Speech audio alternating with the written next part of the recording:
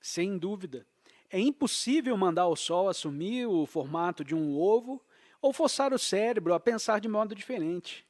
Não posso ver o que há dentro do Sol nem compartilhar dos sentimentos íntimos que você tem. Ainda assim, tampouco posso mudar o formato ou a estrutura do meu próprio cérebro ou ter a sensação de que ele é uma geringonça em forma de couve-flor. Mas se o meu cérebro, apesar disso, sou eu, o Sol sou eu, o ar sou eu, e a sociedade da qual você é um membro também sou eu, pois tudo isso é tão essencial para a minha existência quanto o meu cérebro, que exista um Sol independente do cérebro é uma dedução. O fato de que eu tenha cérebro, embora não possa vê-lo, é uma dedução da mesma maneira. Só conhecemos essas coisas em teoria e não por experiência imediata. Mas esse mundo externo, de objetos teóricos, é aparentemente uma unidade tanto quanto o mundo interno da experiência. Pela experiência, entendo que o mundo externo existe. E como a experiência é uma unidade, eu sou minhas sensações.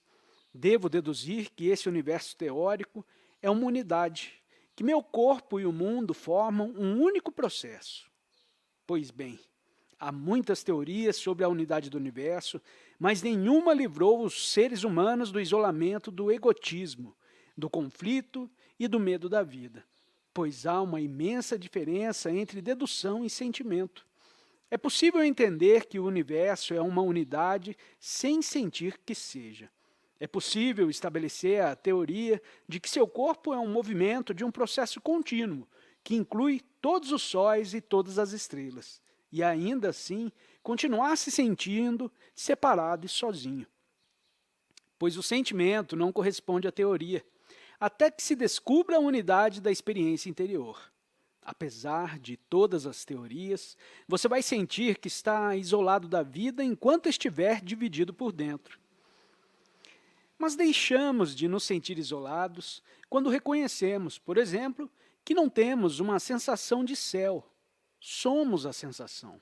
No que diz respeito a sentimento, a sensação do céu e o céu, e não existe você separado do que você sente, percebe e sabe.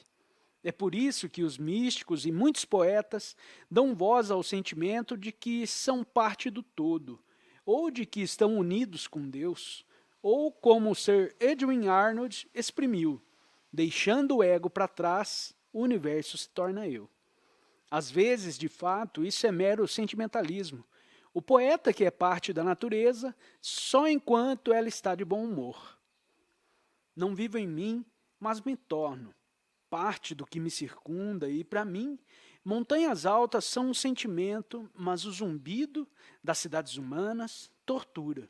Não vejo nada detestável na natureza, exceto ser um elo relutante e uma corrente carnal, preso entre criaturas, quando a alma pode ir-se, e com o céu, com o ápice e com a simplicidade ondulante do oceano das estrelas, mesclar-se e não em vão.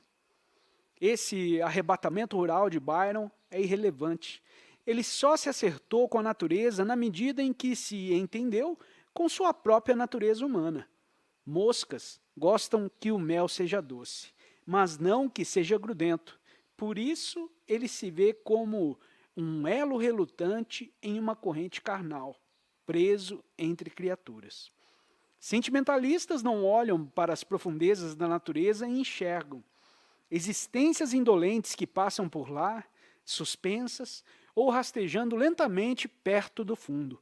O tubarão de olhos de chumbo, o leão marinho, a tartaruga, a foca-leopardo peluda e o ratão. As pessoas, guerras, buscas, tribos, à vista daquelas profundidades oceânicas, respirando aquele ar pesado e respirável. O ser humano precisa descobrir que tudo o que contempla na natureza, o mundo das profundezas do oceano, estranho e longínquo, os ermos de gelo, os répteis do pântano, as aranhas e os escorpiões, os desertos de planetas sem vida, tem uma contrapartida dentro de si mesmo. Ele não estará, portanto, em sintonia consigo mesmo, até perceber que esse avesso da natureza e os sentimentos de terror causados por ele também são eu. Pois todas as qualidades que admiramos ou detestamos no mundo, ao redor de nós, são reflexos de dentro. Embora de um dentro que também é um além inconsciente, vasto e desconhecido. Nossos sentimentos a respeito do mundo peçonhento, do ninho das vespas e do poço de cobras, são sentimentos a respeito dos aspectos escondidos de nossos próprios corpo e cérebro, e de todas as potencialidades deles para arrepios pouco familiares, doenças de aparência ruim e dores inimagináveis. Não sei se é verdade, mas dizem que alguns dos grandes sábios e iluminados têm um poder aparentemente sobrenatural sobre feras e répteis que são sempre perigosos para os mortais comuns. Se for verdade, sem dúvida, isso se dá porque eles são capazes de viver em paz com as feras e os répteis dentro de si mesmos. Não precisam chamar o elefante selvagem de Bemote, nem o monstro marinho de Leviatã. Podem se dirigir a eles com familiaridade como narigão e pegajoso. O sentido de unidade com um todo não é, no entanto, um estado de espírito nebuloso, um tipo de transe no qual toda forma e toda distinção são abolidas, como se o ser humano e o universo se fundissem em uma névoa luminosa de cor malva claro. Assim como processo e forma, energia e matéria, minha pessoa e a experiência são nomes para a mesma coisa e jeitos de enxergá-la, de forma que um e muitos, unidade e multiplicidade, identidade e diferença não são contrários mutuamente excludentes. Um é o outro, assim como o corpo é seus vários órgãos.